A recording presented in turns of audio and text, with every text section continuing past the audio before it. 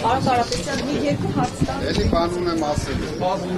Երկրորդ փուլը ապահովում են, թե չէ։ Չեն արձագանքել դեռ։ Պարոն Կարապետյան, հիմա Գայանեսկում ներողություն։ Հիմա ոնց էր ամբողջ ընտրական շրջանում ամբողջ քննարկումը այս հարցի շուրջ է մանդատները վերցնել չվերցնել իհարկե դուք ասել եք որ այս իրավական գործընթացներից հետո կերևա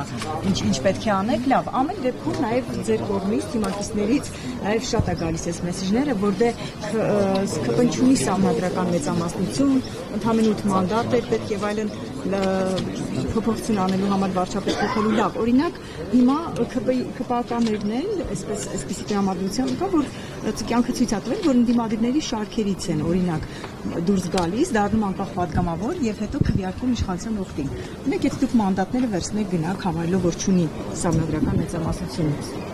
դուք վստահ եք որ ձեր թիմակիցներից չեն միանա իշխող կուսակցությանը եւ չեն քվեարկի իրենց նախագծերի օգտին դուք վստահ եք որ մենք արդեն ասել ենք իրենք են միանալու մեզ Ինչ վստահություն եք, պարոն Կարապետյան։ Ինչ վստահություն եք։ Ամեն ինչ ասեմ ձեզ։ Լավ, վստահ եք, որ ձեր թիմում Գեղամ Նազարյաններ եւ Իշխան Զաքարյաններ չեն ծնվի, չեն հայտնվի։ Ուղիղ ասենք։ Նույնիսկ եթե հայտնվեն, դա իրեն չի օգնելու։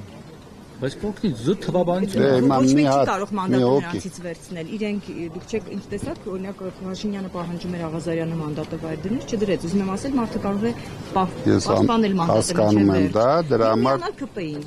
դուք ձեր ցուցակի նկատմամբ ունեք վստահություն չեն միանալու ԿՊ-ին ունենք վստահություն ամբողջ ցուցակի համար քանի օք 200 քանի օք է կարծեմ ամբողջ ցուցակի վրա այսինքն կոպիտ ասած վստահ եք որ կռիվներ չեն հայտնվի առնետաբասկ չի լինի դե հիմա կարևորը պատգամավորներն են վստահ ենք որ չեն հայտնվի Եթե որոշեք մանդատները չվերցնել դե մենք միշտ ակնկալում ենք արտարություն բայց համոզվում ենք որ չկա արտարություն, դրա համար գնում ենք հաջորդ քայլի, նորից ակնկալում ենք արտարություն, շատ լավ առաջարկ արեցի այսօր, եթե ինք այդքան վստահ որ հաղթել է, կարող ենք մի հատ էլ ապացուցենք երկրորդ փուլով, քանի որ ինքը բոլոր դեպքերում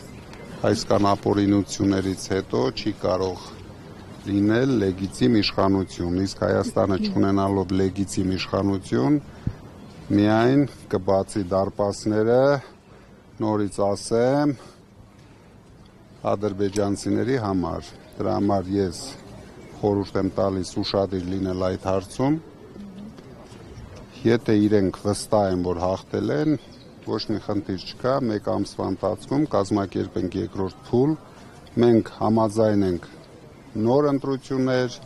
եթե ոչ երկրորդ փուլ Պարոն Կարապետյան, տեխնացուներ ովքեր կլինեն այդ երկրորդ փուլը։ Ոնց է լինելու դա։ Դա առաջի երկու, հա, տեղերը։ Պարոն Կարապետյան, մի բան էլ կներես։ Ձեր ասած քիչ առաջ այստեղ միջև նիստի մտնել է, որ ասացիք այդ, այսինքն այդ 1.5 միլիոն ընտրողը մեզ խաբեցին, Փաշինյանին օգնեցին։ Սա մի քիչ ընթերցումների տեղիք տվեց, անկպականները շարքում են, ասում են 1 միլիոն ընտրողները։ Դուք այստեղ ասացիք, որ հարցին լրագրողի հարցինի պատասխան, որ այդ 1.5 միլիոնը այսինքն մեծ մասնակցությունը փաստորեն ձեզ չօգնեց։ Մեծ մասնակցությունը մեզ չօգնեց։ Դուք ասում եք, որ փաստորեն ձեզ խաբեցին, այդ դա ինչ նկատի, որտեղ շահարկում են արդեն խաբեցին, մենք խաբվեցինք դրան։ Ինչու՞։ Սխալ հաշվարկել Բալուգայում մտած էր արդեն հեքիմ։ Ձեր ակնկալիքները չիրականացան, հա, նկատում ձեր սպասելիքները չիրականացան այդ առումով։ Սպասելիքները չիրականացան այդ առումով, իրենց հնարավորություն տվեց, իրենց ծև գործը անել։ Լավ, պարոն Կարապետյան, հիմա եթե ձեր ասած սցենարները չի լինում, հիմա եթե ձեր ասած սցենարները չի լինում, վերադառնում են։ Դա հենց ամեն ինչը ապացուցում, որ մեծ ընտրության ժամանակ իրենք մեծ հնարավորություն ստացան հաղթումներ անելու։ Պարոն Կարապետյան, ենթադրենք ձեր պայմանները, հիմա չգիտեմ կլինի թե չէ, ենթադրենք չի լինում, արտահերթը լամբեր չեն լինում, դուք որպես խորհրդանական ամենամեծ ընդդիմադիր ուժի լիդեր, ձեր ասեցի, մենք քայլ գնալու ենք առաջ, գնահատելու ենք, հիմա դե ասեցինք, դիմում ենք կենտրոնական ընտրական հանձնաժողով, հետո կդիմենք սահմանադրական դատարան, Հաջորդ քայլը կգնահատենք, որ քայլը արագ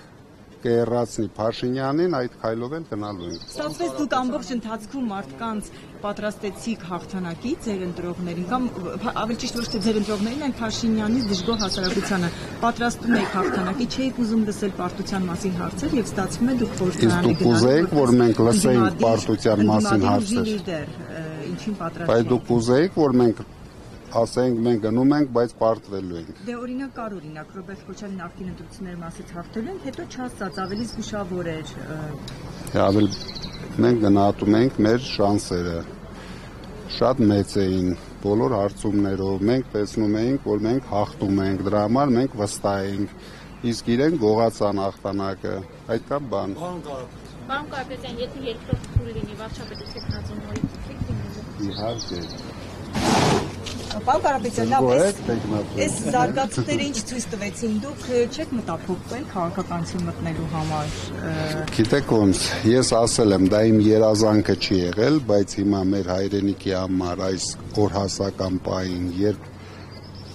ամբողջությամբ միակողմանի հանձնվողական քաղաքականություն է, համատարած աղքատություն է, ես իրավունք չունեմ ուրիշ բանի մասին մտածել, այս անգամ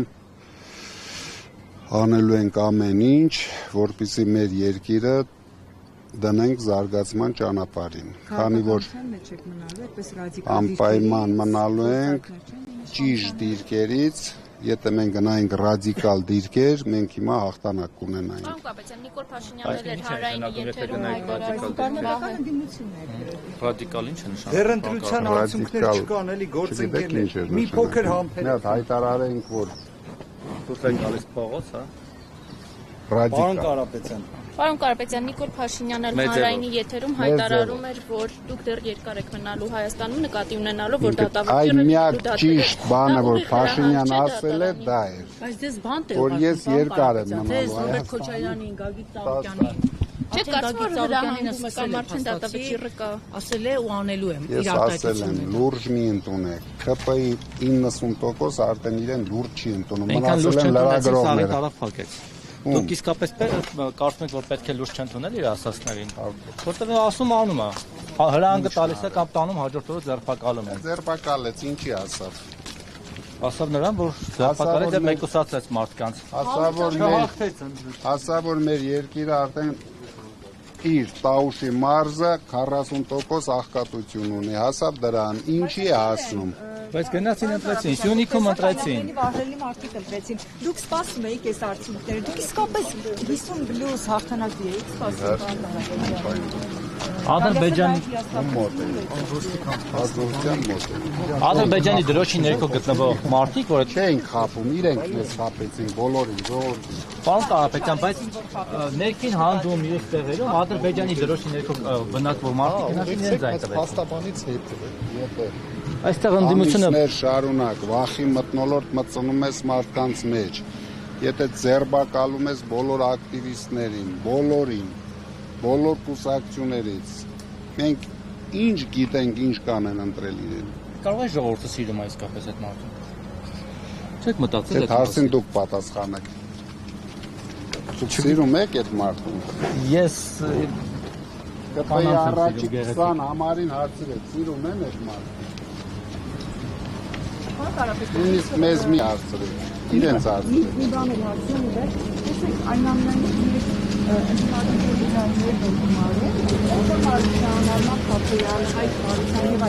Այսպիսի կարծիք է կա, որ ահա տեսեք, եթե ստացվեր համախմբումը, եթե ամբիցիաներից մարդիկ եւ հաջողվեր մեկ ճակատով գնալ, գուցե հնարավոր Ուրախ ենք համախմբում։ Դուք այստեղ օրինակ կան բաներ, որ դուք եք նայում հետևություն եք անում, որ ուրիշ կերպ պետք է Ոչ, մենք ամեն ինչ ճիշտ ենք արել, իրենք պետք է հետևություն անեն, չգերագնահատեն կամ էլ ուրիշ իրենքով այդ մյուս ընդդիմադիրները փոքր ձայն քիչ ձայն հավաքող ուժերը պետք է իրենք ճիշտ գնահատական տան իրենց քայլերին, իրենց արածներին, հա եթե իրենք չվառեին ձայները, հիմա կունենային ուրիշ արդյունք։ Այսինքն եթե չառաջադրվեին, դուք հաստատ կհաղթեիք։ Դե դուք հաշվեք, նստեք հաշվեք մի հատ։ Դրանք ձեր ձայներն են կարծում։ ինձ մոտ դուք եք կարծում։ Չէ, ես իմ պատկերը չասեմ։ Բացի Արման Բաբաջանյանից մի 2-3 ովքեր 1%-ի շեմը չեն անցում, իհարկե բոլորը մեր զայներն են։ Շնորհակալություն։ Գուրգեն Սիմոնյան մյուսներն են։ Բոլորը մեր զայներն են։ Բայց իրանց հակառուսական ձայներ են եղել ավելի շատ։